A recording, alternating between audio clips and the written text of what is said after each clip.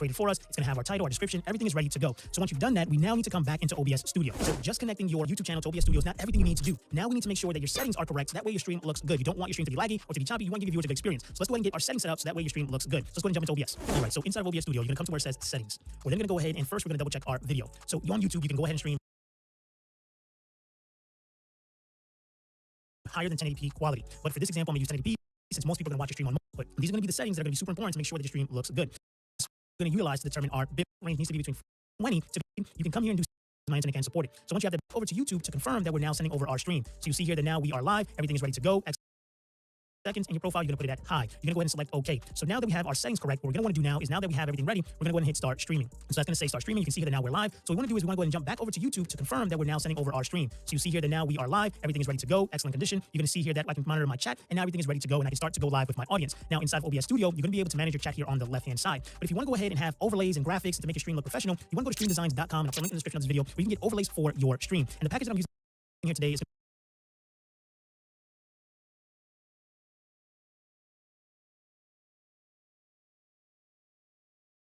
Your favorite game is becoming better than ever. Meet the brand new Ragnar. in the description of this video where you can get overlays for your stream. And the package that I'm using here today is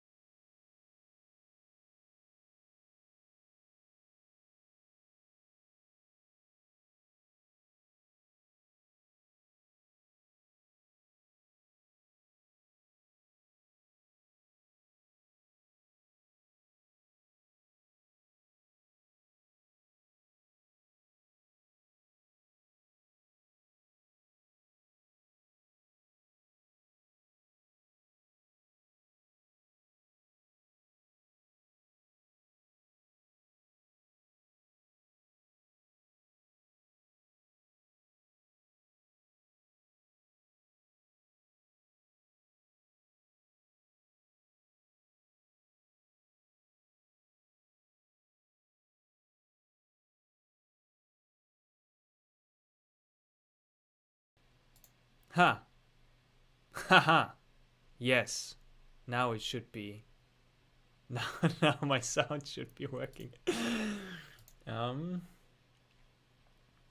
Yeah. If you're rewatching this, just like skip ahead 10 minutes. I highly recommend you save your time. ha. Ha! Yes. Now it Haha. should be. Yes. Now it my should sound be. should be working. Now my sound should be working. Okay. Yeah, what I was saying is me and technology, we're having a tough relationship. Now it should be. Yes. Oh, there's people here. Hello, welcome everybody. Give me 5 minutes to settle in and figure everything out with technology, and let people know about this live stream, and then I'll be there for you.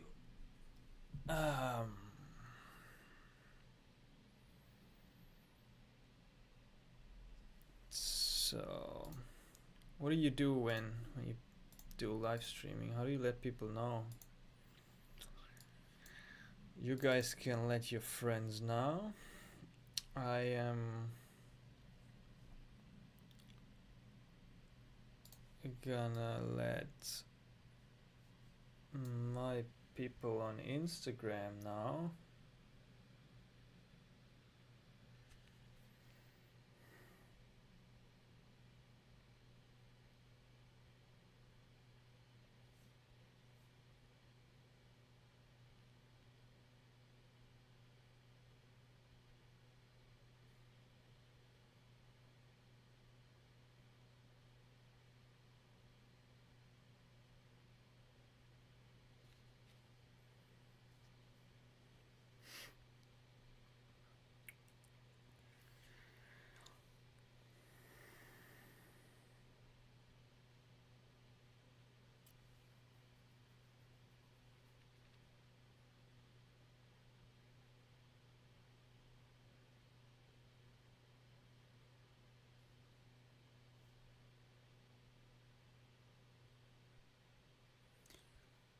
Whee.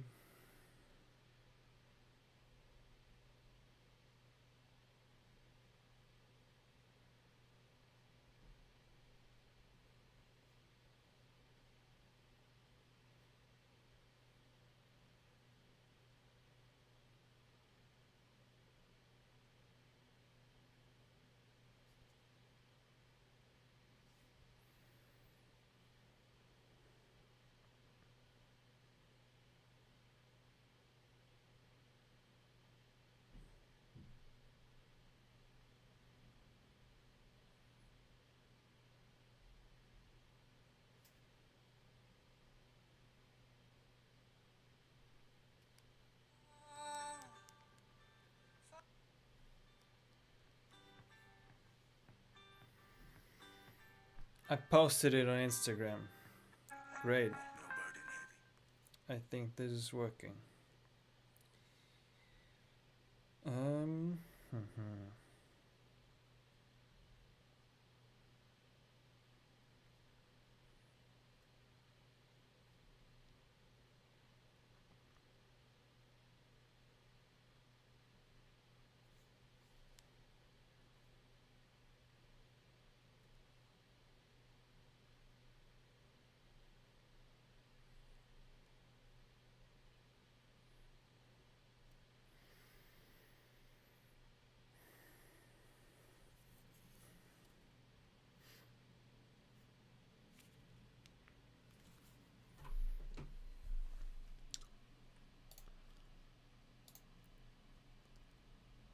Okay.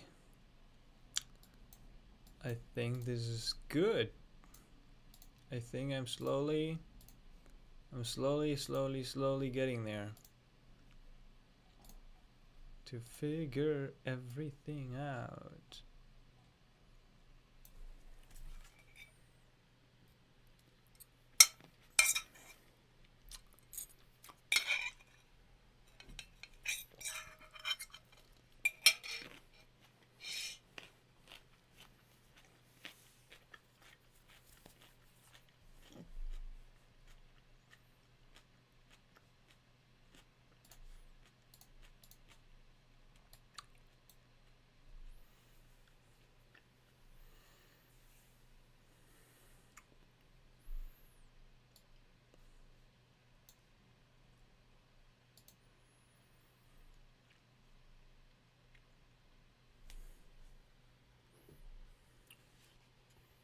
Superb.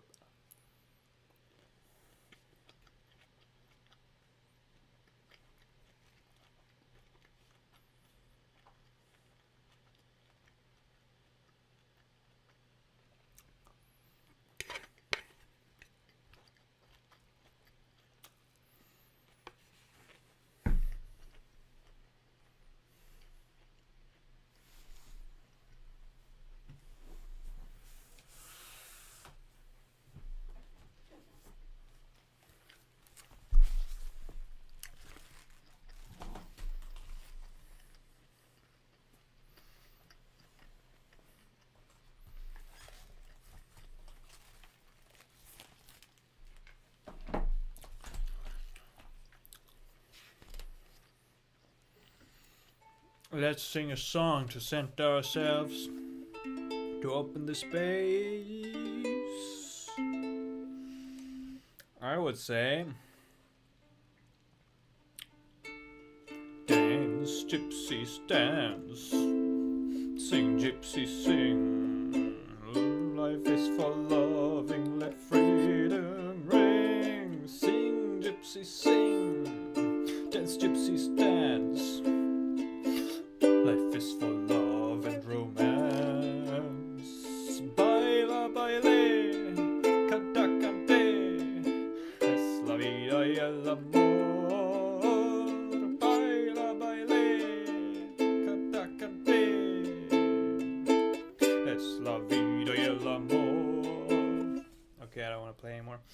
So, what I want to go into today is just basically a little update on what I've been up to, as it's been quite a ride.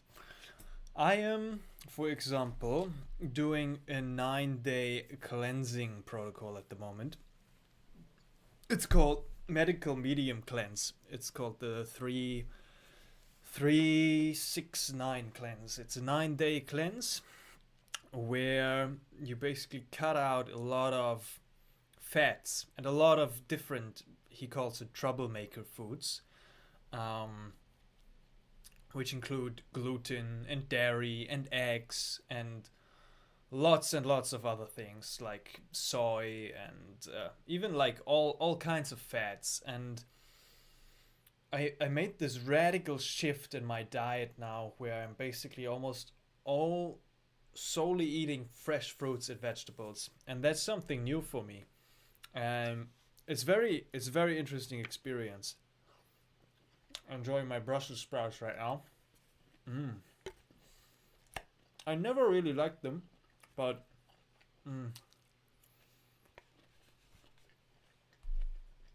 I kind of refined my taste now.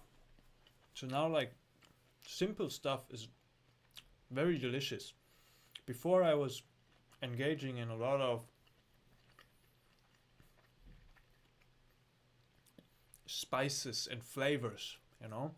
I was artificially flavoring my food so much, and I realized I was missing out on a lot of natural flavors that pure fruits or vegetables actually have.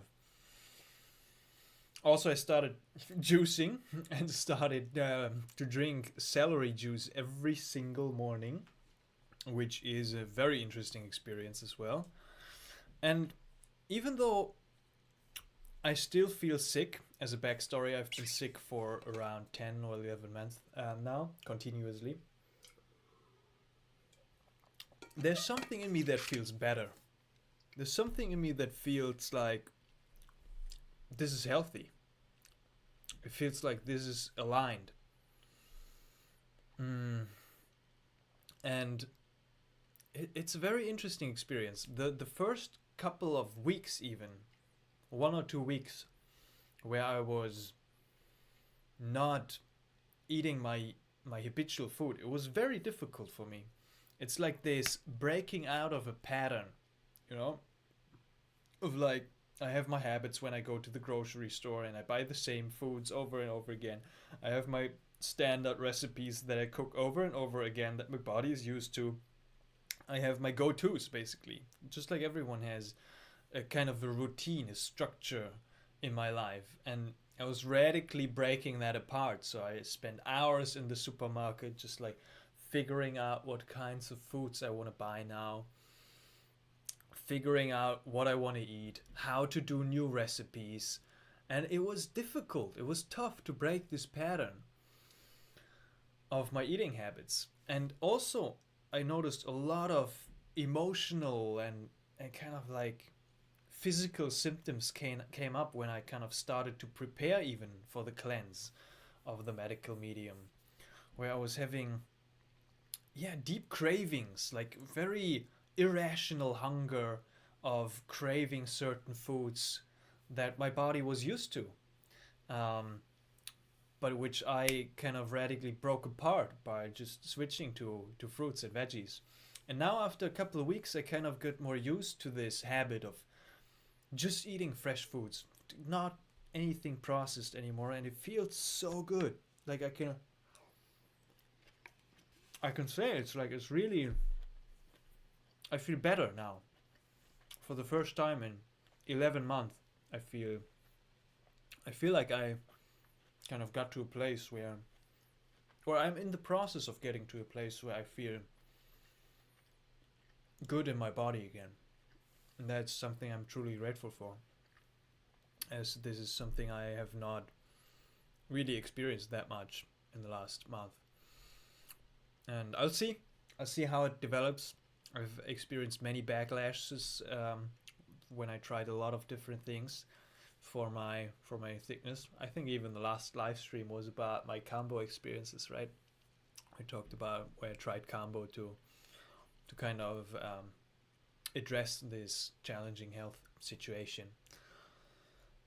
Yeah, but that's one big update which I'm focusing on a lot right now. Today is day number 5 from this 9-day cleanse, which is kind of this like intense protocol, and I love it.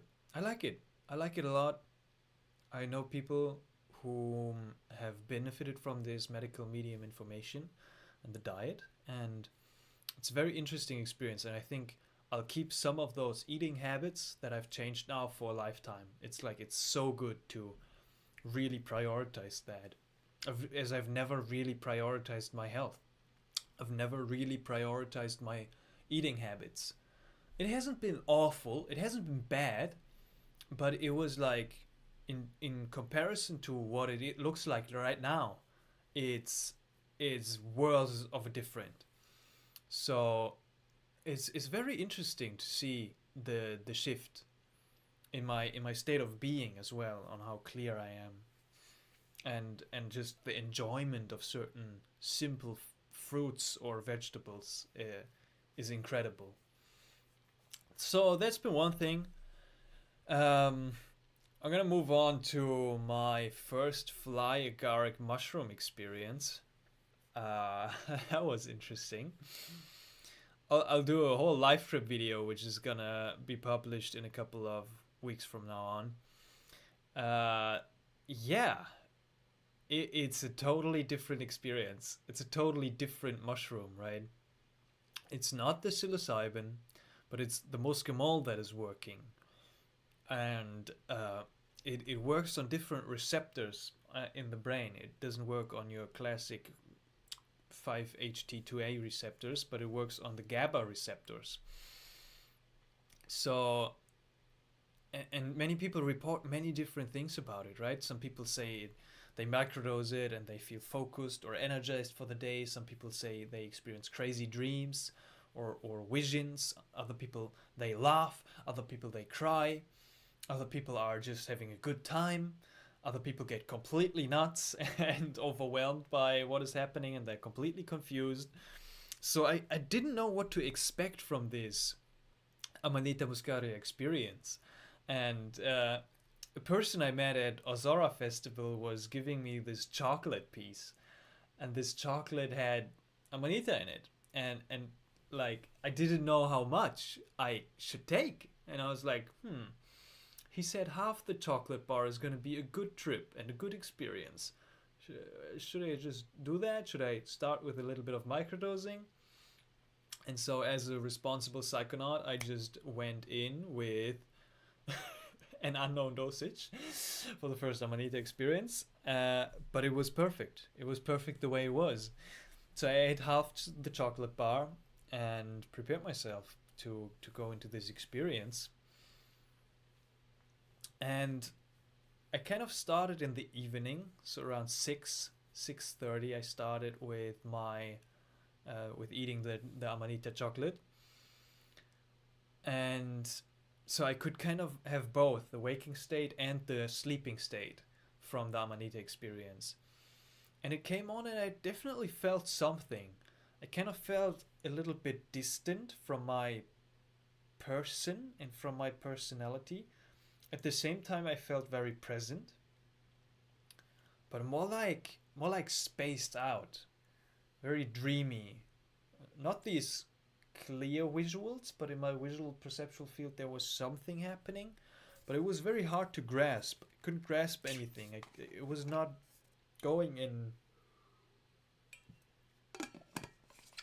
any direction. It was very empty. It was very calm and empty. This dreamlike space. There were no clear insights. I was just like, it's interesting, but it's like, I don't know what to do with this state.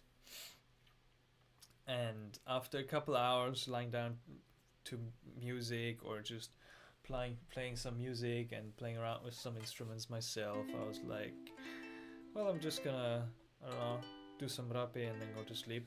Rapé, I like to experience with rapé and experiment a little bit and try it out with a lot of different substances as a combination.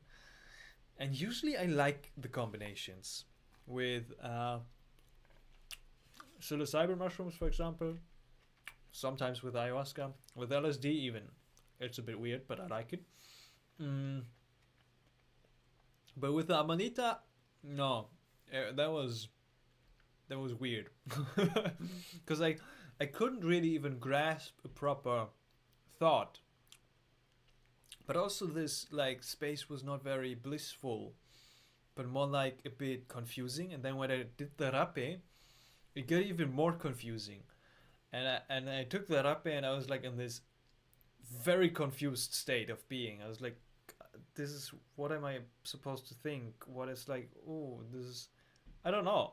I was just very confused. And then it's like, I focus on the breath and on the experience I'm having. And then I'm like, but I'm confused. It's like, it was this weird state of confusion. But then, actually, the amanita, it worked during the nighttime. And I had an interesting experience throughout the night even. And it was the first time a mushroom or a psychedelic experience, or I don't know if you can call it even psychedelic, right? Is it just a hallucinogen or whatever? But it worked in my dreams. And that was so fascinating. As I went to sleep, I put on some, I don't know, lucid dreaming music and just fell asleep. And I woke up in my dream, kind of. And at first I was just observing it. And I was observing these cartoon characters, these anime characters from One Piece. I don't know if you know that anime. It's a very popular one. And these characters were kind of interviewed about their life and how they're behaving. And they were sharing something about life purpose and how to engage in life and how to enjoy the journey and how to live from a deepest place of fulfillment and authenticity. And it was so profound. I was amazed by how profound it was. And I was like, this is profound. But it's so weird that this is like this anime. And at the same time, I was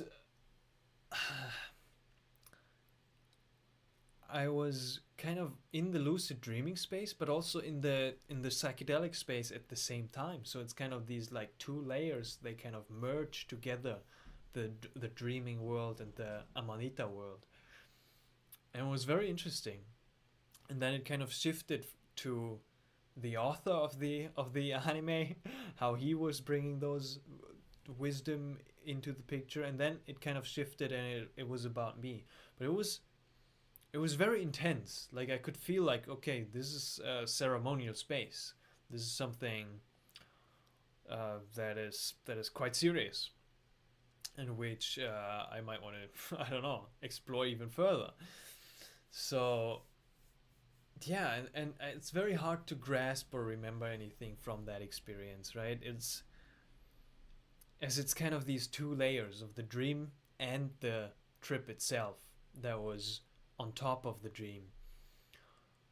So I don't know what to take out of this experience, but finally kind of my fear of the amanita muscaria, of the fly agaric mushroom, has disappeared, as it's kind of like in our culture, at least in my kind of environment, it's common knowledge that this mushroom is poisonous. This mushroom is toxic. And yes, if you eat it just raw, just like you can get a bit nauseous. It's not even deadly. You would have to. I think you would have to eat 17 kilos of it. That's what I heard in a different talk. So it's straight out a lie that it's poisonous. But it was so deeply ingrained that I had such a deep respect, or I was kind of so nervous about going into this experience, and I kind of put it off for years and years and years to come. And now I kind of just finally informed myself, did it, and went into that experience. And it was good. I've heard different friends say it's different every time. So that's interesting. Sorry, I have to get those Brussels sprouts down because it's like it's part of this cleansing protocol. And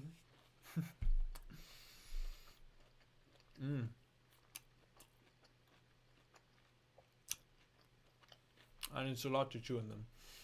But yeah, I'm gonna go and explore it further. It's a fun space. The amanita space. Well, interesting. I wouldn't say fun, at least not till now. Yeah. That was the story about amanita. What are we gonna go into now? Psychedelic integration. I want to share some very interesting things, and I want to kind of hear I would love to hear your resonance about it, about what you think about these ideas. As I've been kind of thinking a lot about this channel, right? Where we're going. Oh, hey, Scott. Good to see you.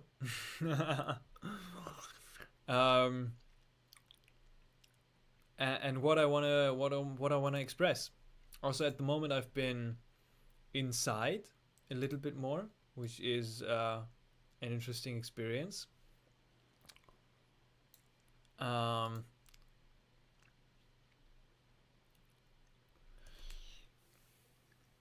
I'll go into the chat. Yeah, Scott, if you're still here, you wanted to try those? Yeah, the poison side. It's like you can dry them, right? And if you dry them properly, so there's no kind of liquid left, there's no humidity left, then the toxic kind of chemical gets gets transitioned into the muscamal, so you can safely drink a tea, make a tea out of it, or kind of just consume the powder in capsules, or just eat the raw mushroom. I've seen people do that as well. And of course there could be nausea. I vomited a little bit when I did the rapé, but yeah, usually yeah, it's a bit confusing with the viewer's side here of things, and the analytics should just stop looking at them. But yeah, it should be fine. Like then it's like, of course you could get nauseous like in any psychedelic experience with ayahuasca, with psilocybin. But yeah, I don't know why it's like this fear, right? This cultural thing around the mushroom that is just like lingering in the background. But I guess it's just based on personal experience now. This fear is gone. Oh, your daughter has even tried it. What was her experience like? I'm curious. Because so many people tell me so many different experiences with this substance and with this mushroom, and many get into like visionary space as well, right? Hey, Nirvana. I smoke it. It definitely has a kick. I mix it with mint and other flowers. That's interesting. Yeah, I've had some friends who've been smoking it as well. I've heard that's a little bit less intense than the eating, but it definitely does something. I even a friend told me yesterday that just from the vapor, when he was kind of drying it in the oven or something, or on the heater, and there was this wave coming when he opened the oven. There was this wave coming at him, and then he basically had an experience and vision, or just even just like dream night visions when he was drying them on the heater. Yeah, I might want to go and collect some, and then also experiment with the smoking, experiment with microdosing, experiment with some higher dosages. Yeah, finally, it's been a long time since I've tried a new substance. I have kind of been sticking to the classic psychedelics over and over again, and circled through the LSD and mushrooms and 5-MeO-DMT and NN-DMT and ayahuasca, Janga, right? But I've never really tapped in my toes into the other spaces for such a long time. So this was good to kind of reignite this excitement about connecting with different plant spirits and allies. Yeah, just to explore that space. Yeah. Okay. She ate it at night, and she said she woke up middle of the night and said she was seeing the typical psychedelic space she is used to with other psychedelics, but more mild. Interesting. Yeah, it's definitely a bit psychedelic, for sure. Huh. But more mild is also interesting. I've also experienced it as very mild. But I guess it can also like humble you if you go high enough or deep enough. But interesting that it's working at nighttime. It also woke me up. I was even in this, when I woke up, I could even move my body. So I was confused if I was lucid dreaming or if I was awake and tripping, because I couldn't differentiate, but I was kind of aware of my body and could move a little bit, which was interesting. They grow in the woods behind my house. I expect this one for sure. Collect every one I see and try it. Eat, smoke 50-50. For me, smoking is more potent, but then I don't take more than half a dried cab. Yeah, interesting. Great that you have those, lucky you having those being grown in your backyard, basically.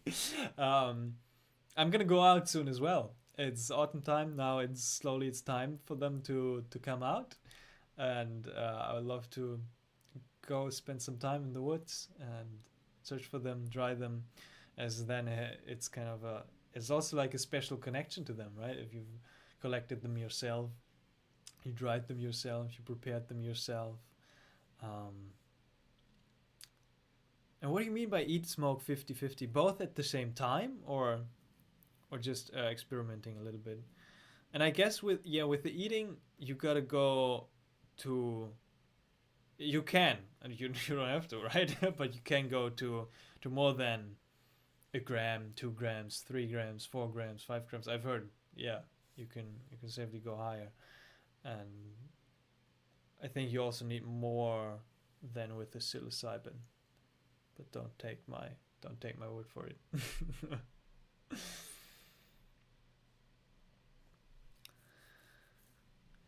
She had an extract made by a local mushroom shop, and she got it for sleeping. Wasn't expecting anything more than sleep. Yeah, it's supposed to help for sleeping, and it's interesting that it's legal in most places, right? It's just a substance which is legal in most places. Like I think even here in Germany, in the US, and most places, I think just stores are not allowed to sell it for those purposes, for like consumption purposes. So here in Germany, there's some, and they sell it as basically as incense, right? Kind of smokable incense, lighter things, and people just consume it for microdosing. But interesting, made by by a local mushroom shop. Yeah, that's how different experiences can be, right?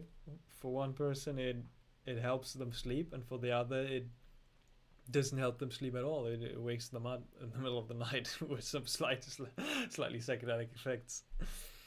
And as it's in the season right now, and after I collect, I dry them on my fireplace, and then I both eat and smoke them as I enjoy. Nice, beautiful that you have such a nice connection with them. I love that. Guys, just like talking with you about it is making me excited to to go in again. um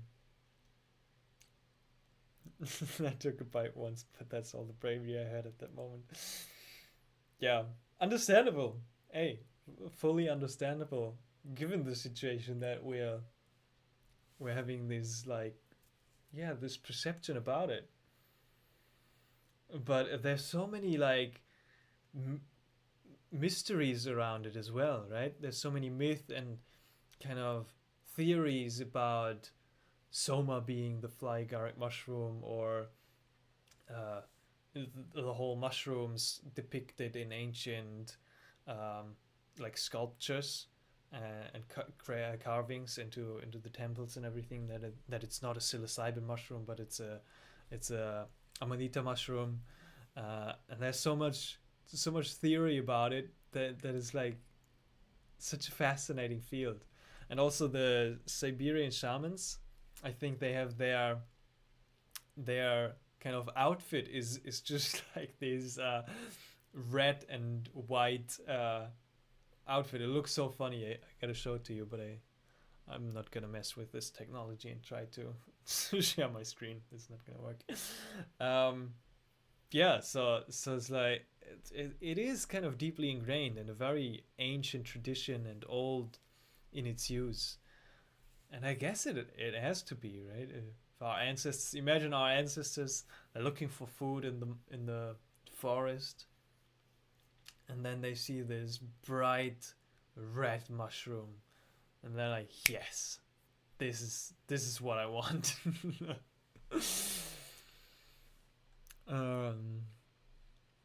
I tried to make a stash in a jar for the winter, but I ran out of them in a few months. But I also respect that I simply wait for the next season. And also I sincerely only harvest them if their desire arises, which it has for the last 3 years. But if it doesn't work, I won't. Great. Yeah, you can just, I guess the storage is very important with them, right? As I collected them years ago, and I stored them in a jar, but it was not fully like tight or airtight, and they molded very, very quickly. But that's a nice way. I like their way of going about it. Just like letting the universe decide how much is going to be there in this forest, and then just going with the flow of that, of the amount that you have present in your local forest. But you can also, right, dry them. You can make a powder of it out of it, and store it for longer. You can do it in honey, kind of put them in honey and infuse them so it stores better. You can do alcohol, which I've heard is the most reliable way to get proper dosages, because in the other kinds of ways of preparing them and consuming them, with the tea, with the eating, that you have no clue on how much muscimol you're actually getting in, right? It's as the varieties of muscimol from one mushroom to the next, they can be vastly different. So I'm actually curious, Nirvana, if you notice that sometimes one cap is super strong and the other one you consume is not strong at all, or is kind of at the, or is it a reliable kind of effect of the dosages you're consuming? But yeah, so many mysteries about life and about our ancestors. And now it's kind of so funny to see how we're so clueless, and we just stumble our way into this day and age, and especially here in our Western culture, we have no clue how to practice it, how to use them. and we kind of build our own practices from scratch with just a little bit of information from the past. But it's like I can imagine that most information from the past has been, it's forgotten, it's hidden, it's not accessible, it's not present anymore, about all the traditions and rituals about the amanita muscaria and how it's been used, and why it's like what our ancestors have been doing it as. Like, I don't know, there's so much little we know from that time, and it fascinates me. Kind of like the toad for us who live in the desert. Yes. Man, I gotta come visit you and go see some toads. The toad is also very unreliable, right? Oh, it's interesting that it's reliable. Thank you for sharing. Can I share this? Oh, wow. Yeah.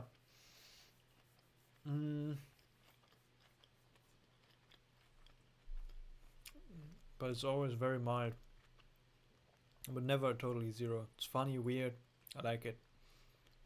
Sounds like a good cannabis alternative. To see, like, hey, if you want to stop smoking weed, start smoking amanita, and you're gonna have a bit of fun.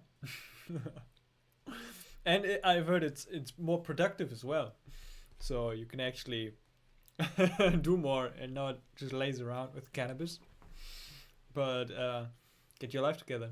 And that's what I've heard in the trip reports that I've read, at least. A lot of them really focus on amanita supporting them on their life path. And it was interesting then, maybe it was framing because I watched these videos, but then it's interesting that it came up for me as well. This, like, the space itself was empty and kind of non-directive, but with my input, it kind of led into this direction of looking at purpose and looking at who I am, what I'm doing with my life, where I'm going, and kind of bring this momentum in, and kind of this direction of clarity and purpose and motivation.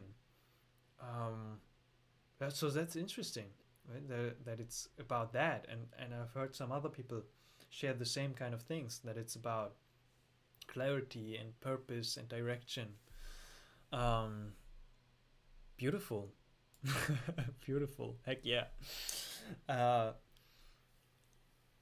And also, I guess there's so much untapped potential for the therapeutic benefits of it then as well, right? I mean, we're slowly getting to legalize cannabis and bring it out, and some people say like, oh yeah, no, it's healing and it has healing properties, and it for sure does. But I asked myself, how far away are we from having like something like amanita integrated into our culture, of a plant ally to work with, to be in relationship with, to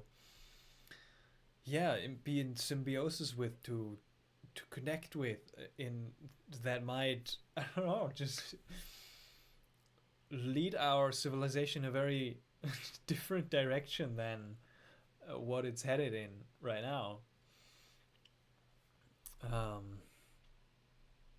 So yeah, I wonder.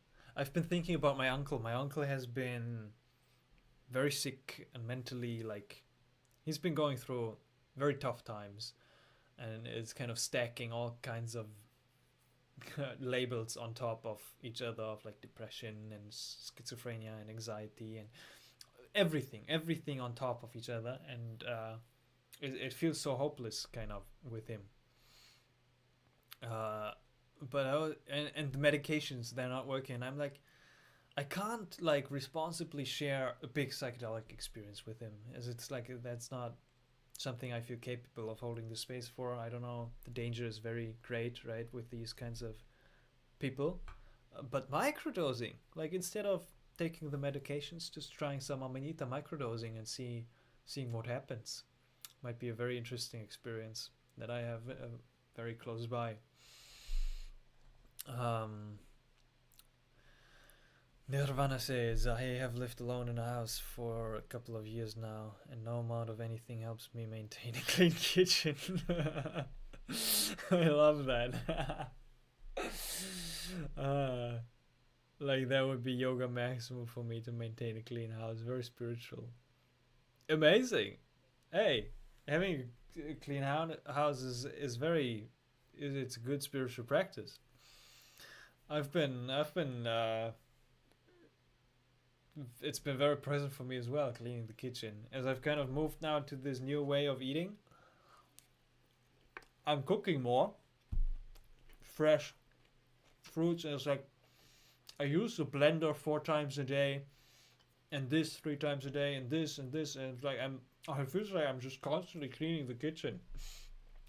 And then I've got it clean, and like 5 minutes later I eat more. Or I make something else, or use the blender for something else, or this kind of material. Or even my juicer, cleaning the juicer. I think it's something every single person struggles with. It's so funny always to come into other households and then see the kitchen and see how it looks like.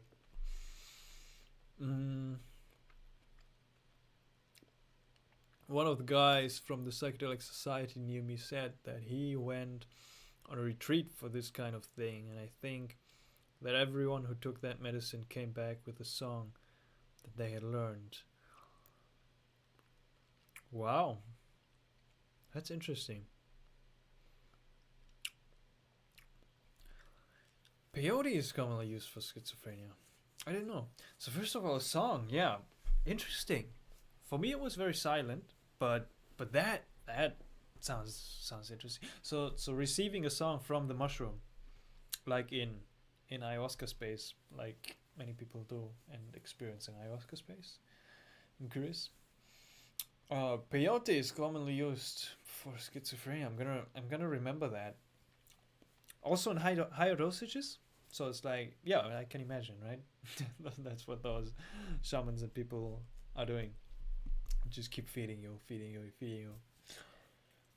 Yeah. Next up, peyote for myself as well. Might be something that's coming up.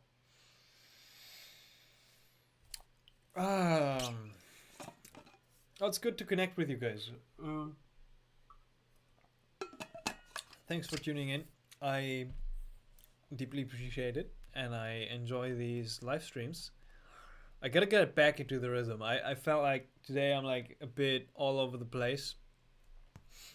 I don't know. I've had difficulty setting this up with the technology, but I want to keep doing it, and best every single Sunday. So every single Sunday, I'm gonna be here. I'm gonna do a live stream and talk about different things. If you have things you want me to talk about, pop them in the chat and we'll have a conversation going. Otherwise, I wanted to share something about psychedelic integration. That's going to be last thing for today, and then I'm going to hop off. But yeah, I'm curious what you would like to see, as I've been kind of deeply contemplating the relationship between psychedelic integration and actualizing your life purpose. This is something I've been deeply passionate about the last years, but especially in the last weeks, it kind of, the vision crystallized a little bit for myself to kind of set a structure in place of what is psychedelic integration, how do we do it, and why do so many psychonauts and people using psychedelic substances are not actualizing their potential to the extent that they could, right? And which frameworks or what kind of things are most crucial for people to look at in order to actualize life purpose. And also I'm playing around with the idea. Actually, I'm not just playing around, but I'm planning to start kind of a community soon. A bigger community is going to come also in the future, but more like a inner circle community, of the psychedelic actualization community, and of psychonauts who are very passionate about actualizing their life purpose, to really kind of get in contact and help each other out on the journey, right? Kind of with weekly calls and meetings, and kind of empower each other on this journey of actualizing our own path in this crazy world that we're living in, and kind of holding each other accountable for following through on our action steps and kind of sustaining the transformation, or kind of putting those visions that we experience in psychedelic space into our day-to-day life and in our day-to-day actions. So that's something I'm really passionate about, and I'm thinking how I might want to share this with a YouTube channel, of course, as well, just to put out my thoughts around this, of turning psychedelic insights into everyday transformation, right? Breaking out of this feeling stuck in a certain place, in a certain habit, in a certain pattern after psychedelic experience, and kind of really moving forward, harnessing the power of crystallizing and actualizing, or defining even a purpose, and then how to align the psychedelic insights with our life's mission, or just living in alignment, right? This is what it kind of all boils down to for myself, is living in alignment with who I truly am. Kind of this core, not just the core essence of myself, that as well, but also the core values and my core personality, like this authentic expression, the authenticity, feeling like I can be myself in each and every situation, in each and every relationship in my life. I can be fully honest, I can be fully myself. I don't have to pretend to be anybody else. In my work, I can express myself fully and authentically, and receive back for that, right? And sustain myself with that, not doing something I do not enjoy, because what are we here for, right? This is such a precious life that we have, that we were gifted. I mean, this is literally, it's better than winning the lottery. It's like it's winning the universal lottery. Like, what is going on? Look at this. We're communicating. I'm communicating to you right now. Wherever you are, I'm here in this little apartment, and we can be in communication. We have technology, we have nature, we have a sky that is infinite, we have plants and water, and it's such a precious life. Why not enjoy it? And not just enjoy it and appreciate it. That is a skill in and of itself, but then proactively turn the realizations and the vision and the potential that you've experienced in psychedelic space into day-to-day structures. Build a life that is aligned with that vision. Build a life that is aligned with who you truly want to be. Because it feels like it's... if there's one single aspect which is not aligned, it's like, why not align it? Right? why not get the most out of this? And then also doing that in the most excellent way possible, in the most effortless way possible, right? Not struggling to get there and then not even enjoying the journey of building those structures or integrating the insights and transformations that we have experienced in psychedelic space, but also right, enjoying the journey and being in the moment, kind of completing the hero's journey ourselves, seeing that we are the hero of our life. This is it. Wherever you are, you're in the center, right? This is the center of the universe. And then this radical authenticity is kind of the key to living your psychedelic self, your psychedelic truth, embodying this higher vision into your life. And then I found it's like the most crucial support system that I have found is a community. that's why I'm so passionate about bringing this idea of the community out very soon. Right now, actually, you can click the link in the video description if you're curious about chatting about that with me. It's kind of then this constant bond of brothers and sisters empowering each other to walk this path. And also going out, I feel like has been one of the best experiences of my life, to meet people, right? Psychedelic society, psychedelic retreats, psychedelic conferences, just going out in my city to events where like-minded people can hang out, sharing ourselves and our feelings and everything we experience. So valuable. And so many doors open up for that as well. You bounce off ideas with each other. There's opportunities coming. There's like collaborations kind of unfolding automatically just by being in contact with like-minded people, with people who get you, who kind of you resonate with on a very deep level. I don't know if you know that. Sometimes you recognize someone. I have it, at least. And I feel like, oh, I know this person. And then I figure out I've never met this person in my entire life. But this is it. Nirvana, being vulnerable to exist physically with other humans is challenging. Smells, thought patterns, movement, the physical, and other forms of dominance, mental and physical. Yes, absolutely. That's the beauty of the human experience, right? We won this lottery to experience this, being vulnerable and experiencing the challenge as well with other human beings. It's tough.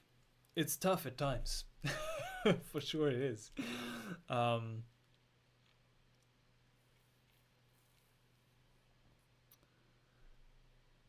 And that's kind of then the art, right? The art of living is to draw your own boundaries, to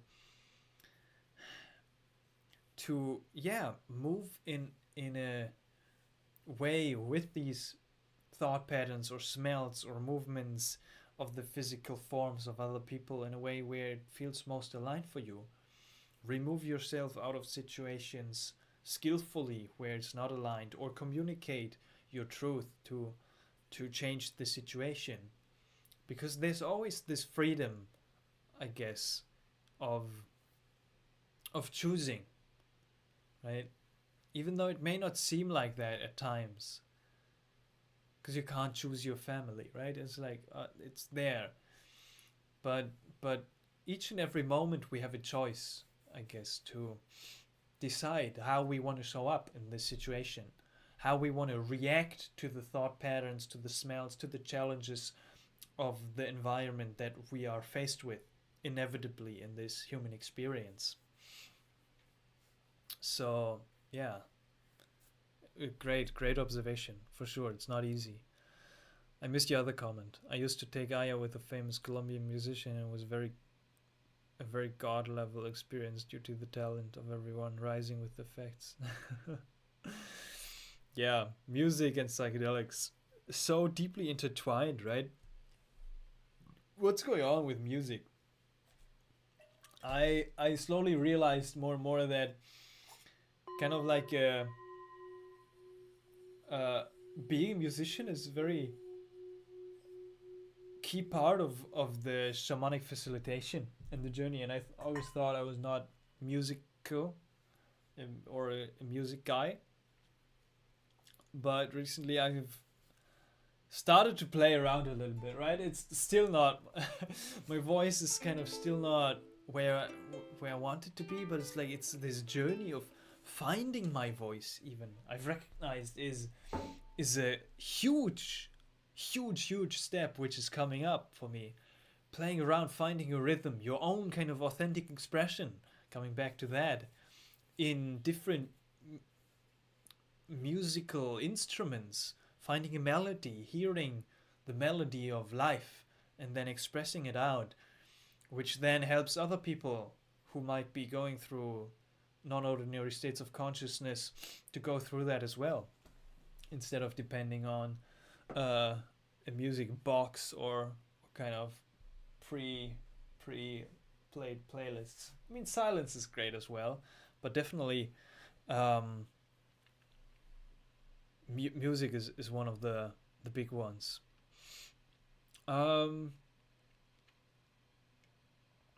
Gali NB, good to see you. You think Jesus had psychedelics? Do I think Jesus had psychedelics?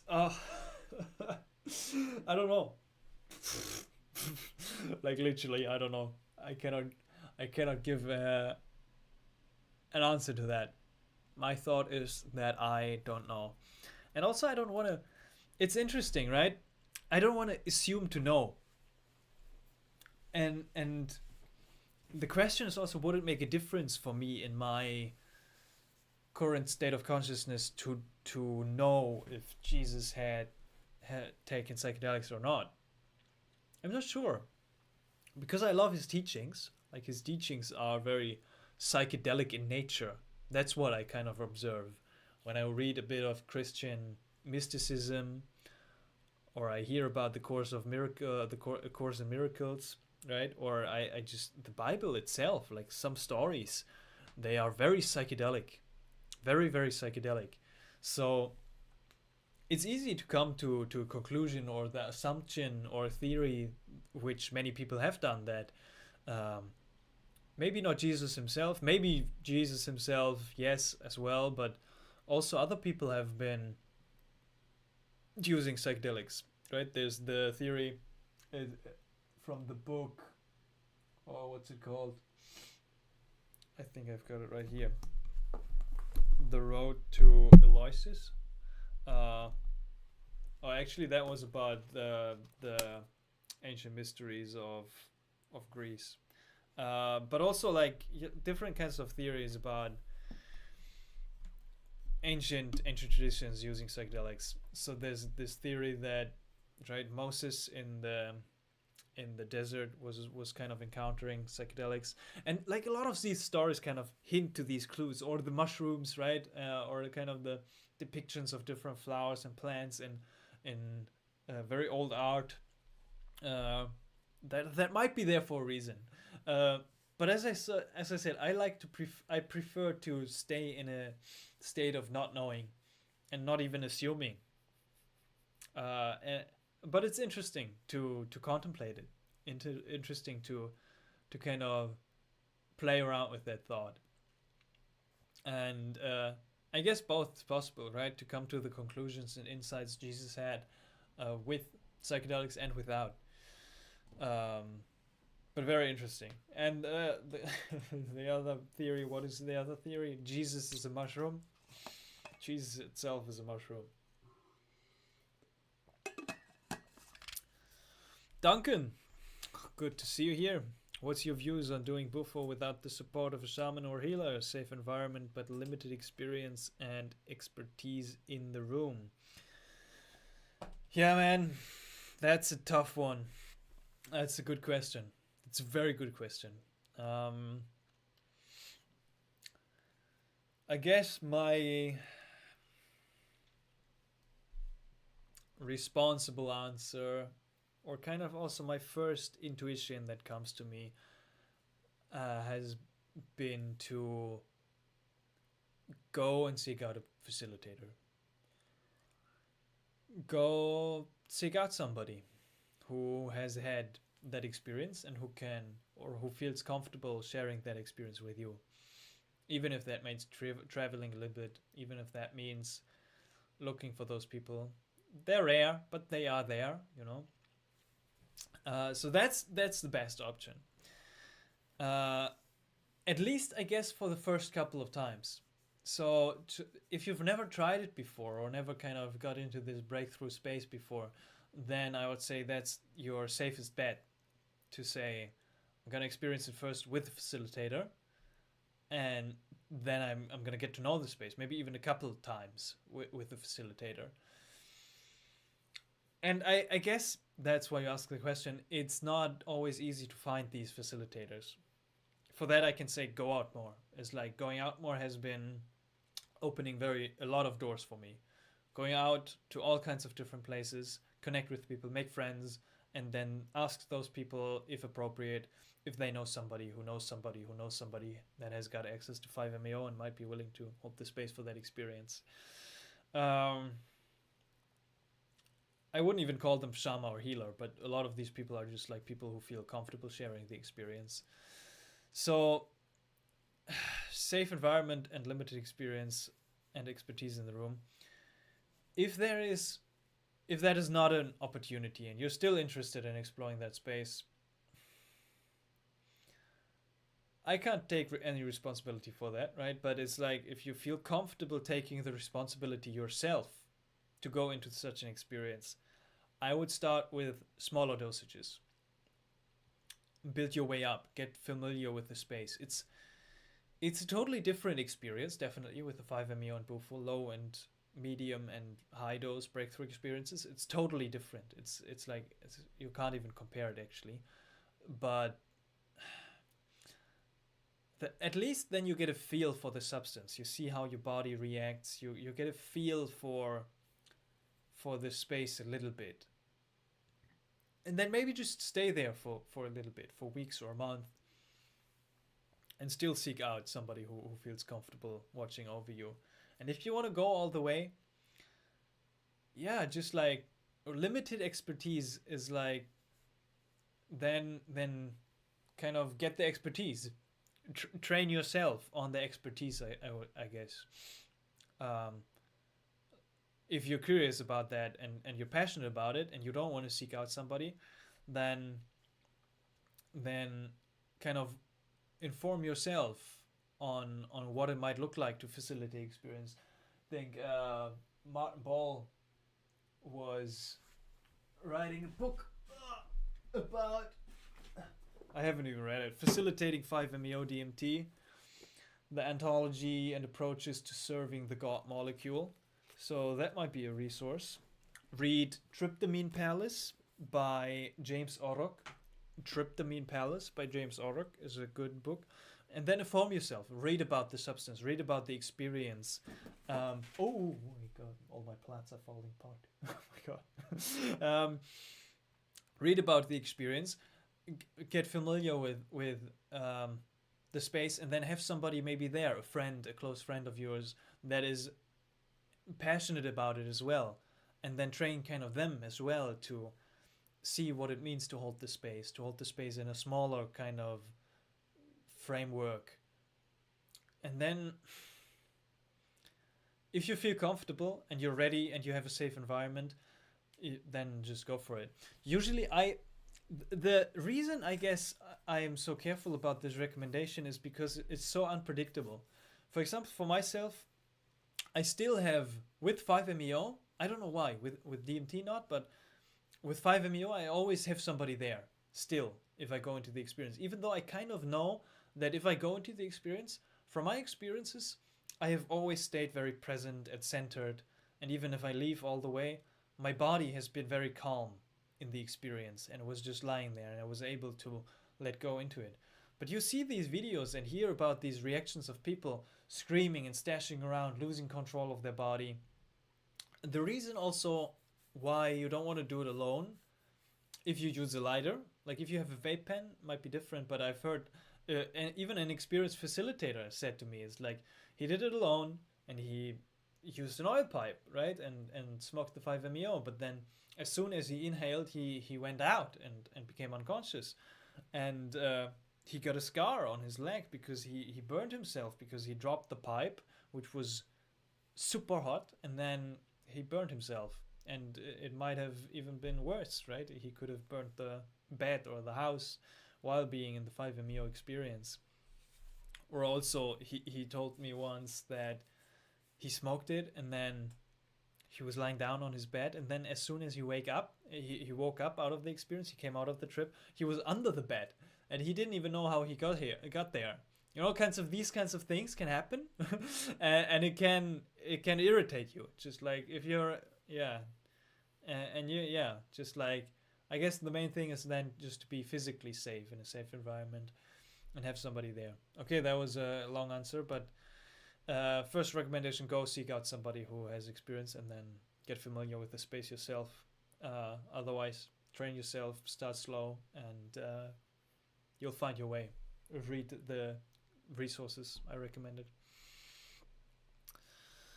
Nirvana, integrating noises into the musical moment and having the whole surrounding universe accompany the musical moment is the goal in ceremonies. When that happens, aho, hallelujah, yes, aho, absolutely. And then you know you rely on everything to become your voice and to respect the existence of God, at least for that moment. But voices compete for attention and for establishing rhythms. That takes away the willpower of the body, including hands, vocal cords, and mind. Everybody's finding their way, right? And in ceremonies, it's interesting because there's more people, at least in some ceremonies, right? There's more people around. But if you're alone as well, in your experiences, you can find your voice, right? Even alone in experiences, when I go into my experiences, may it be psilocybin, 5-MeO, DMT, LSD, just like having the voice is such an anchor, because it anchors yourself in the body, right? Even just making noises or like is a kind of a guiding mechanism I've found, which is a very interesting one. I love it. And singing songs together, even in a group, is also very beautiful, to have this cohesion, not competing against anybody or for attention or rhythms, but having maybe an established leader. That's how a couple of ayahuasca ceremonies have been for me recently with Manesh, where he's leading basically the songs, and then everybody can just join in if they know the lyrics with this rhythm in place.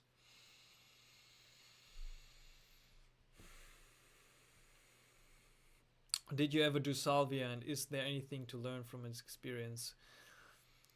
Why can we do mushrooms by ourselves, but DMT requires a shaman? Good questions. I'll come to you in a bit. I'll answer Duncan first, very shortly, and then I'll come to those. Duncan, my first time was in Mexico with an experienced facilitator, and was a life-changing experience. Want to explore more, but have so much respect for the medicine. Thank you for the detailed answer. Okay, yeah, you're appreciated. So you have a couple of experiences. You know the potential or power of the substance. That's good. And from that, you can feel into yourself if it feels right to experiment it with yourself. I guess have somebody there. And Kalian B, why can't we do mushrooms by ourselves, but DMT and especially 5-MeO DMT requires a shaman? I guess it's a good question. It's a very good question. With being alone and having a facilitator, it's not necessary to have a shaman, I guess. Shamanism is a very interesting field, and the word shaman is very interested and loaded as well. But at least having a sitter, having a friend, I guess it all depends on your own assessment of the situation, right? Of your own ability to handle yourself in the space. So, for example, when I take 100 micrograms, I can be pretty sure of LSD. I can be pretty sure. I feel very comfortable navigating this space myself. With Changa as well. Even with 5-MeO DMT, low dose, I feel comfortable alone. With ayahuasca, for example, I don't feel comfortable alone yet, right? It might be a journey towards that space. Same with the 5-MeO DMT. I do not feel like I'm comfortable in the space yet, alone. So it's not that I can and can't. I can, right? But I guess it's for each and every individual. It's a unique journey of finding your own limits. With the mushrooms, for example, I feel comfortable going into the journey alone, even with a little bit of a higher dose of 5 grams, maybe. But even with the mushrooms, if it comes to an 8 gram or a 10 gram journey, which I've only done once, I feel like there's a potential to lose it, to fall into a thought loop, to get into a situation where I would require help from somebody, or where I would at least feel more safe and comfortable if the possibility would be there to reach out for help from somebody. If I'm caught in a thought loop, I can't find my way to the toilet, I'm shitting myself, I'm vomiting all over, and I'm choking on my own vomit, right? That's a lot of the risk with the ayahuasca. I've had friends drinking ayahuasca alone in the forest, choking on their own vomit, almost dying. So it's, for me personally, it's about the physical safety. And also in high doses of LSD, mushrooms, NN-DMT, I don't feel comfortable alone yet. And some people do, like some very courageous people do, and that's then their way. And I might work my way to that place where I feel comfortable doing 5-MeO DMT breakthrough experiences alone, where I do feel comfortable drinking ayahuasca alone. Right? Eventually, yes, but it's an assessment of where you are at in your own journey, of how much responsibility can you take to hold yourself in that space, to feel safe to let go into an ultimately very weird experience potentially, or a very intense experience potentially. An experience where you're losing control of your body, where you're losing control of your mind. Right? That's the potential risk that is just included in each and every experience with these molecules and substances. So yeah, it's not that we can do mushrooms by ourselves and DMT requires a shaman. It's for me personally, it's just like every substance, I just have to assess myself how I feel comfortable, how much I feel comfortable with going in alone and being able to navigate that space alone, or if I might want to have the safety net of a sitter. So usually also I have just somebody in another room that I can reach out to, and not even present a shaman or a guide that can guide me through the journey, because ultimately I still want to come to a place where I can do it alone, but just to have the safety net over there. And then with the word of the shaman, that's a whole different topic which we can go into, which is the shamanism, and the shamanic practitioner and facilitator is there to work with you, basically. There's these kinds of space holders or facilitators, and then there's a therapist, and then there's a sitter, right? All these terms, and a shaman works in these realms with you. Maybe he sees energetic blockages or demons or dark entities or whatever the term might be, whatever tradition. There's a tradition and a practice according to that. So you might want to connect with him, with the shaman, in any of these spaces. Psilocybin, DMT, 5-MeO, I don't know if there's too much traditional stuff going on. Ayahuasca, to learn their practices, to see if they can, I don't know, to explore what they see and what they feel and how they work energetically on your body. So that's interesting. For that reason, I might want to engage with a shaman in any of the substances. Thank you for taking the time to respond to this. I discovered your channel a while ago and really love the content. I hope we meet someday. Yes, brother, where are you located? And thank you for your words of appreciation. I deeply feel that and appreciate that. Stick around and maybe we'll meet someday, I'm sure. Or if you want to have a chat, there's a link in the video description as well. We can just have a chat. Or also have a talk about the possibility for this inner circle community that I talked about. I don't know if you were here when I talked about it. The other question you had, did you ever do salvia, and is there anything to learn from his experience? It's another one I have just explored once. So I had one experience with a 10x extract, smoking it. You can find the report on my channel somewhere. If you Google maybe Psychedelic Actualization Salvia, you can find my trip report. It's a bit of an older one, a couple of years ago. But I became a picture on the screen. And I didn't know what to do with the experience.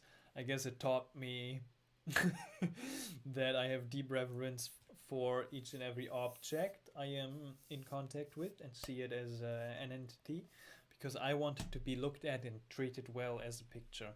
But it was weird, and I haven't had the courage to go in again from that time onwards. But I'm curious to explore more. And I guess with salvia, I've also heard many different experiences, right? Very few people, most people don't feel like it's a dysphoric experience. They don't feel like they can work with it properly. But then there's a few people who find great value in it for their spiritual practice. They gain deep insights. And they can take something out of the experience as well. But for most, it's very intense. At least smoking the extracts, right? Then there's also the different method of consuming it in a tea. More traditional way of drinking the tea or chewing the leaves of the salvia, and then you have a different nature of an experience, and that seems to be more beneficial, or where people seem to get more out of the experience for themselves at least. So yeah, I want to explore it further, but careful with that one. It's like, it feels like dynamite, and I have not had the courage to try it again.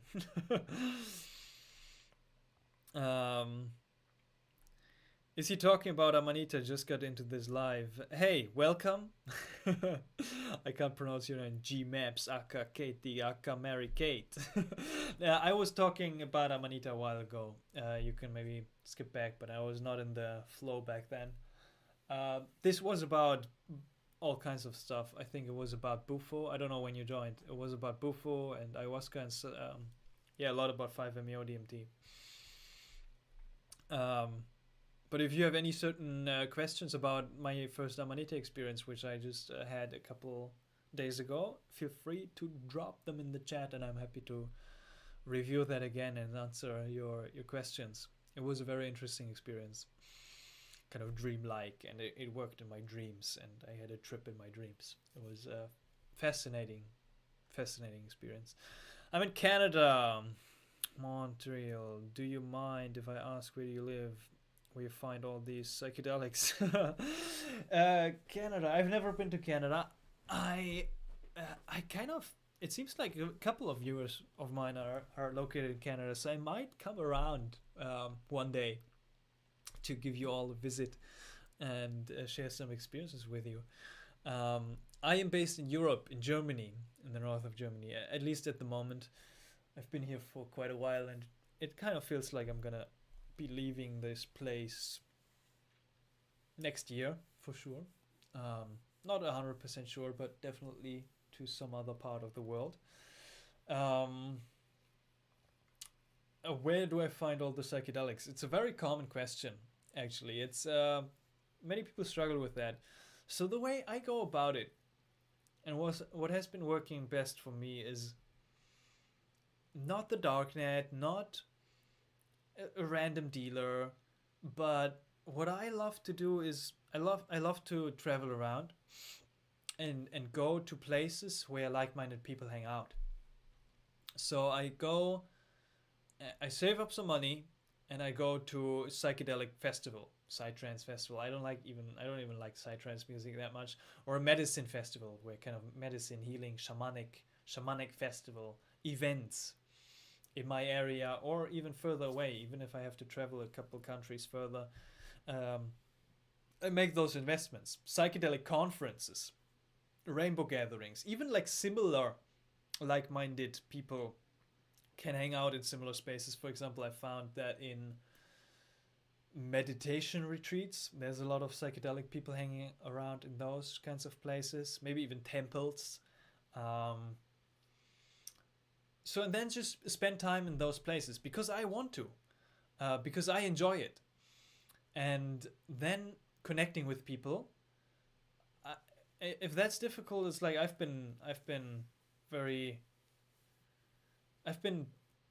having challenges in my teenage years, kind of to connect with people, right? I was very drawn inwards, but it's a practice to find this authentic center and then be in those environments and then see what connections unfold, and then from these other connections unfold, and from that I find people who I love and resonate with, who have access to high quality psychedelics. And then when I get the opportunity to meet these people, I still have a little bit of cash in the back of my pocket, and I say, hey, I know you, and you make changa yourself, you extract the DMT yourself. Can I have 10 grams, 20 grams? So this is gonna last for a year, couple years, right? I still have I'm almost now just like getting out of my little stash of changa, which I got from a friend 4 years ago, right? Same with LSD. I've found the highest quality LSD possible from these connections by just going out, and I was like, I need this, I want this, and I got a bottle or 2 or 3, and I got a big one, and that's been lasting for years, and it's gonna last for many more. Same with the 5-MeO DMT. I jumped on the opportunity somehow through connections, who then knew some places, who knew somebody, and it's like from these I also can make sure that I get high quality psychedelics. It's all about connections. And also in Canada, I think you can order some, right? Isn't DMT and 5-MeO DMT legal to order in Canada? And mushrooms you can go and look for in the forest. We'll have to check out which ones are psychedelic in your area. And oh, my water is empty. That's sad. And yeah, that's how you go about getting psychedelics. How do you go through customs airport with it? You go. No, be careful. It's again kind of speaking to this assessing risk management, right? How comfortable do you feel with risk? With the changa, it's pretty easy. You can I label it as tea. I shouldn't say that too much here online, right? I don't travel with airport too much. If I'm traveling inside of Europe, I travel by car or train and kind of take those routes where I have as little as custom and airports as possible. And then there's ways to transport psychedelics. Gotta be a little bit creative. There's ways. LSD in a bottle where it says mint drops or eye drop bottles. Yeah. Be creative. Mushrooms, make a salad out of it. I don't know, man. or make chocolate, infuse it into cacao. Cacao is a good way to transport mushrooms. So yeah, I don't want to go into too much. I don't want to promote illegal activity, but you got to find your own way in risk assessment. And if you do these kinds of behaviors, be prepared for consequences, because or take responsibility for the consequences if you do get caught. So that's the risk assessment of how comfortable do you feel with these risks of potentially ending up in jail. And I feel comfortable with that, at least for now. I don't know. Good. Okay, I made my own Gmabs aka Katie aka Mary Kate. I love that name. Okay, I made my own tincture with dry amanita cabs and microdosed for about a month with them. I am curious about your experience. Please share in the chat if you're willing to, because I want to try microdosing it as well. Amanita is kind of legal in the UK. You can order for decorative purposes or something like that, or just pick them. Same for US. Yes, same for Germany. San Pedro you can buy and grow legally in UK and US. Yeah, you can grow them as well. Peyote, San Pedro. Yeah, that's gonna be growing faster than the peyote. Yeah, absolutely. I can. You can. I've seen some shops in Germany as well selling it. UK as well, decorative purposes or incense, kind of for incense purposes, just not as a food. They can't label it as food. And also, yeah, so many forests. It's that time of the season again to go out and look for them. Wow, yeah. My water's empty. I feel like this is complete, I'm gonna engage with you, Katie. Okay, I made my own tincture as I wanted a bit of the acid left in it without was making me too drowsy during the day. Drowsy during the day, yes. I have heard people being active with it, with microdosing it. And I have people, and myself, my first experience now, for example, I got dreamy and drowsy. Yeah, like, interesting. Even the microdose can do that. So that's interesting. Yeah. Was mild, but I took very small doses and I felt it in my heart, actually. Ibotenic, yes. That's what you want to get rid of, right? If you dry them, you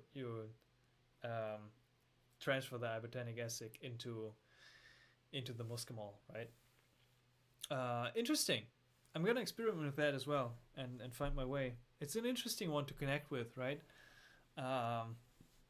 Yeah, as I haven't really enjoyed the psychedelic microdosing with mushrooms or acid. I don't enjoy it too much, but with amanita it might be a very interesting one.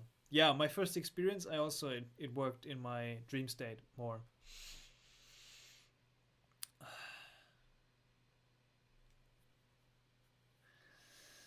Do you mind telling us your diet and if you do any sports? Yes, especially fully muscimol can give lucid dreams. Yes, that's what I had. I bought this mushroom chocolate. I didn't even know the dosage of it, and I ate half the bar because the guy who gave it to me said it's gonna be a good trip, and it was very intense in my dreams. It was my first lucid dream ever. Otherwise, I don't have lucid dreams. And it was fascinating, like super fascinating. I loved it. Like, even though it was intense and kind of like confusing, in the experience I recognized I had this like joy coming up of like, I love this. It's working. And it's working so differently than anything else that I've experienced. So yes, I'll tell you about my diet. I'm shifting my diet at the moment. It's been 2 or 3 weeks where I've been completely shifting my diet very radically. So usually what I was eating is a lot of gluten, bread. I was vegan. I was eating vegan for 3 years, but or 2 or 3 years, but I stopped because I felt too weak in my body. Because I wasn't eating the right things and the right nutritious food. And then I started with eggs again and cheese as well. And felt better. But then I kind of got sick, and yeah, a lot of like gluten and pasta and soy, a lot of tofu, and also a lot of fruits and veggies, but I don't even remember what it was all included for. But now, my new kind of style of eating, it's based on the medical medium material, Cleanse to Heal. I'm doing a 9-day cleanse at the moment, and I love it. And it's basically saying to avoid certain things. For example,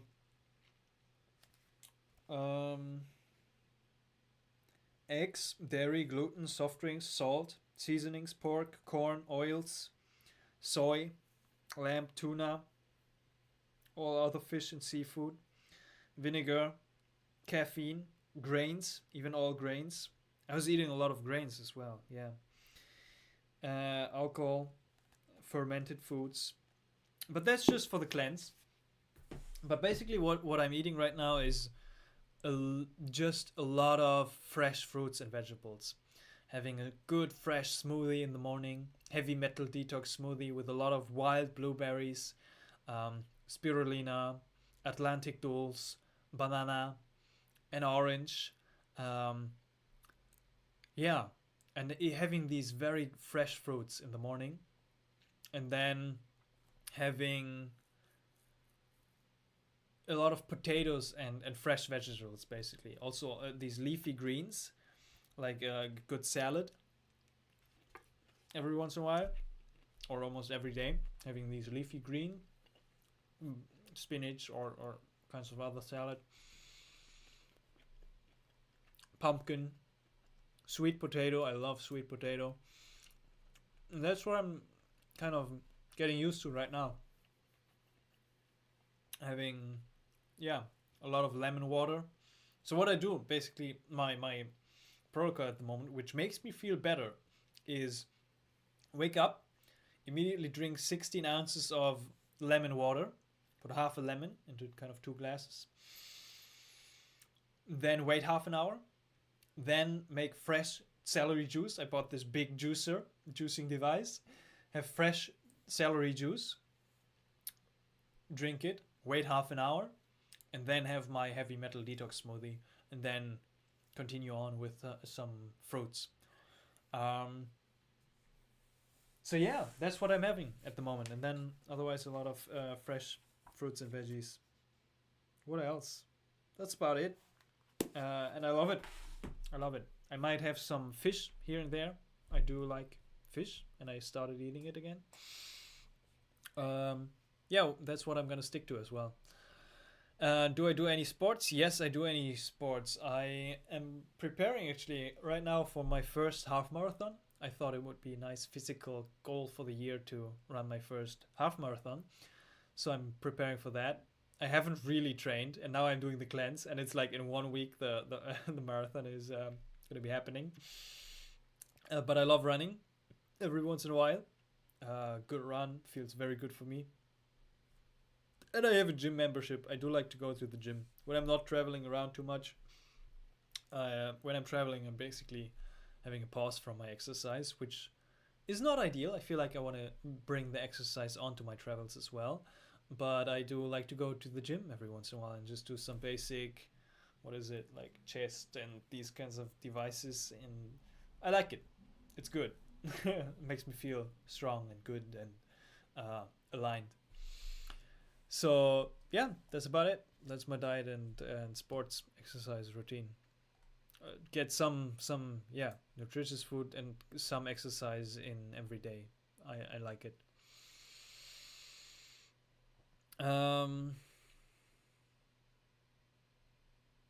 Yes, it's very interesting. I haven't done a lot of psychedelics actually because I am very chemically sensitive and already had a spontaneous spiritual awakening years ago. But I love working with plant or mushrooms in mild forms of medicine. Very powerful stuff, even in small doses. Yes, we are all very much different in our sensitivity to these substances, right? I felt like the amanita gave me more endurance and strength actually. Maybe I'm going to try it for my half marathon. No, I'm not.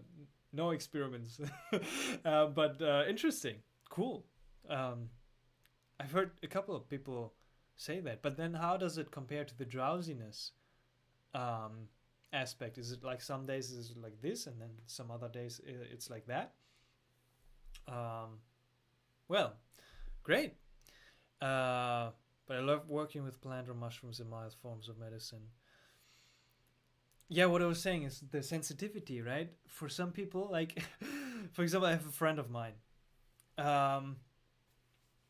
And I like to do rapé, and I can do like huge doses of rapé and have a good experience and then be back, right? I gave him rapé, this shamanic snuff, and I gave it to him,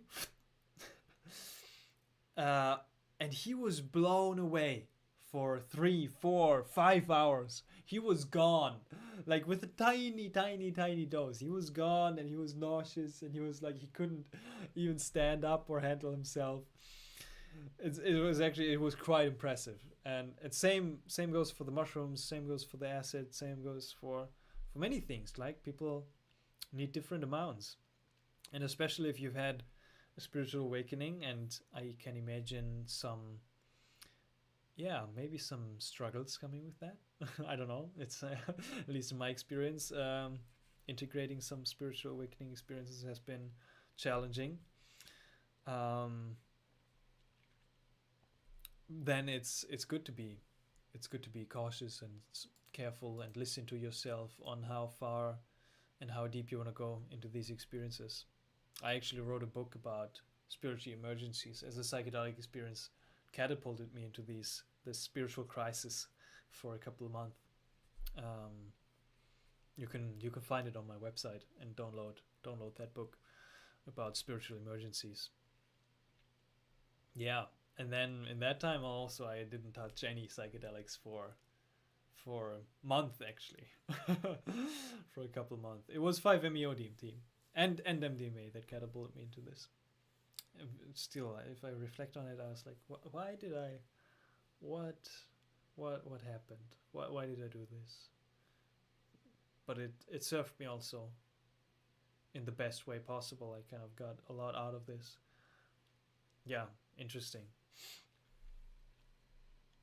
Not too much of the bad side effects. Okay, great. Right balance. Okay, good. Do you have experience on whether psilocybin truffles differ from shrooms in experience? No, I have no clue. I have never tried truffles, and I might want to try them, yes, just to have the experience. But why not just go with the psilocybin mushrooms if you have access to them? I guess it should be a similar experience. That's my guess, but it's not based on personal experience. Nirvana, merging with healthy, uplifted patterns of behavior, but also being aware of the dangers of developing only upper class available patterns. Yes, it's like, it's a journey, right? It's a journey of judgment, I find. A key centerpiece of everything in life is about judgment, right? And it's very subtle at times to see if you judge other people, you judge yourself a lot as well. I've noticed in myself when I set behaviors, a certain set of behaviors, I judge myself for them. Other sets of behaviors, I judge them as well, but I judge them good or bad. And it's this constant assessing of a situation or a behavior or a pattern that is bringing in these levels of what you said, right? This is a upper class available pattern, this is a lower class available pattern. And I found that it's the whole journey, kind of the whole spiritual journey, and also the journey of self-actualization and just compassion and living authentically, for me, is about healing judgment, removing judgment. I don't even want to judge the judgment, right? Judgment has its place in our human experience. But yeah, to meet every situation with a sense of curiosity instead of judging it. And don't judge anything as better or worse. But it's such a tough one, because at times it feels like it's helpful and necessary. But at other times there's kind of this background awareness that I want to not judge any appearance that is appearing in reality. Because everything is part of this, right? Everything is part of life. And how could I neglect or judge any part of life, any part of myself? And also it just feels better, right? It feels more aligned not to judge. Not to judge myself for behaviors I did or didn't do. Not to judge others for not being as spiritually aware or deep into this Bhagavad Gita and Sikhism and psychedelics as I am. Right? What's the point of this? It's not necessary. So I guess ultimately it's deeply involved in everybody's journey, the judgment. I've got a lot of judgments in my spiritual development. Not perfect, but staying open-minded is important for me. I've dropped. Yeah. Mana sounds a lot like a mushroom. It does. It does. But can we be sure of it? No. Also, the other theory is that mana is this ergot, right? It's basically a mushroom, right? But more like in the area of LSD, kind of going into that kind of area. Hey, good to see you. I forgot your name. You with the angel profile picture, DJ777BPM. I think you shared your name some day. Would you ever want to experience a salvia breakthrough? I don't know if I want to. One part of me says yes, I want to. Someday. Not yet. But someday I might want to experience a salvia breakthrough.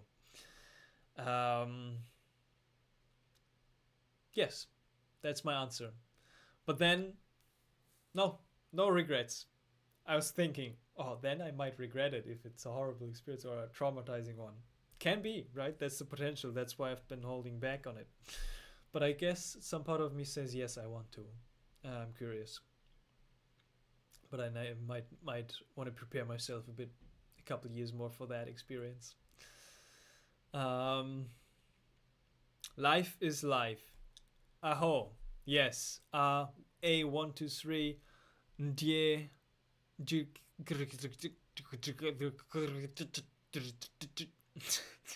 You guys have the best usernames ever.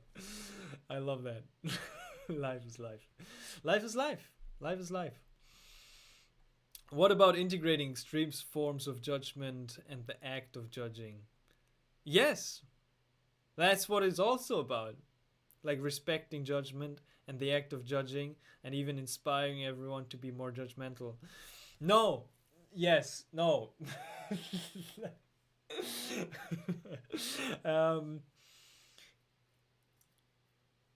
No. I don't know. Well, if you enjoy that, feel free to. You know these people? I don't know. I know that some people in my environment, in my field, they just love judging.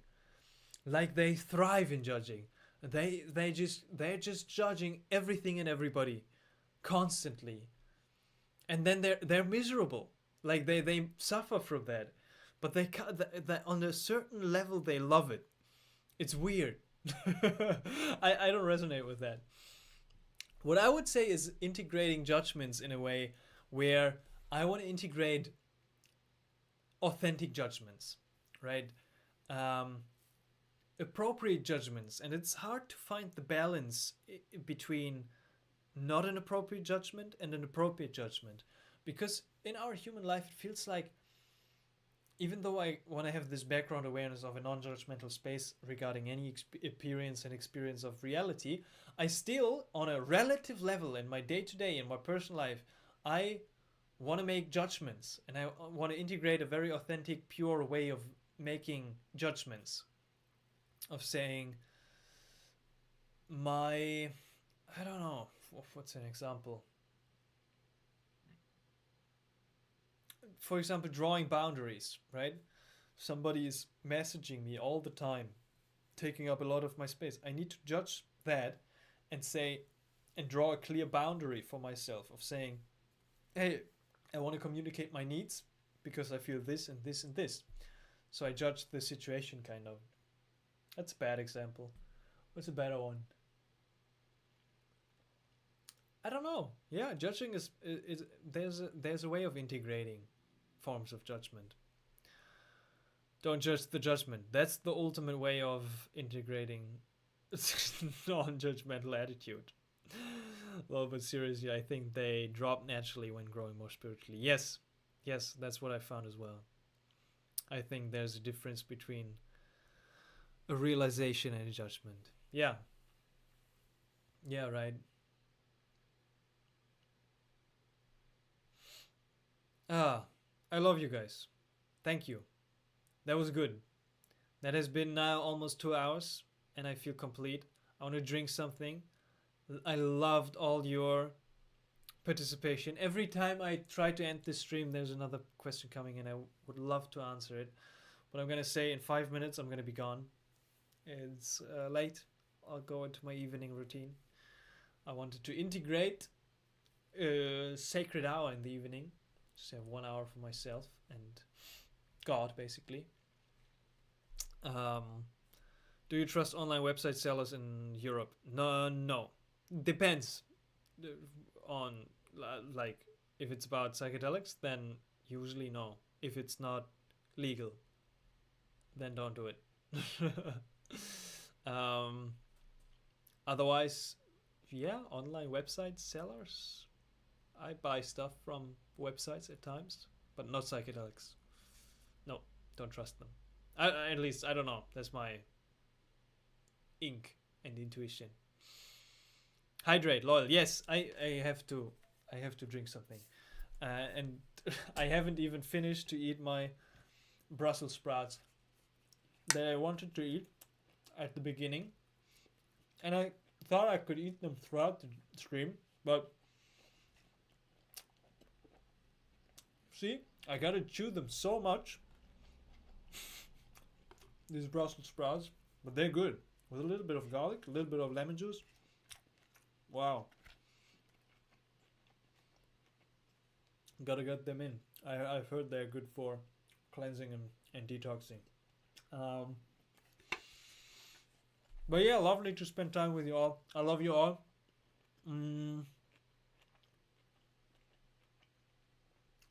See you in the next one. If you want to have a chat with me one-on-one, I'm gonna be here and try to do the live stream every Sunday now. I think today is Friday, right? So every Sunday, I'm gonna be here live. And otherwise, also check out my landing page. I'm creating this offer and the Psychonauts Path to Purpose program and the Inner Circle community, so we can all empower each other on our path of actualizing our potential and moving into this space of more authenticity, more alignment, and shining and radiating that love and light that we are out into the world. Thank you very much, everybody. Much love, and have a beautiful rest of your day.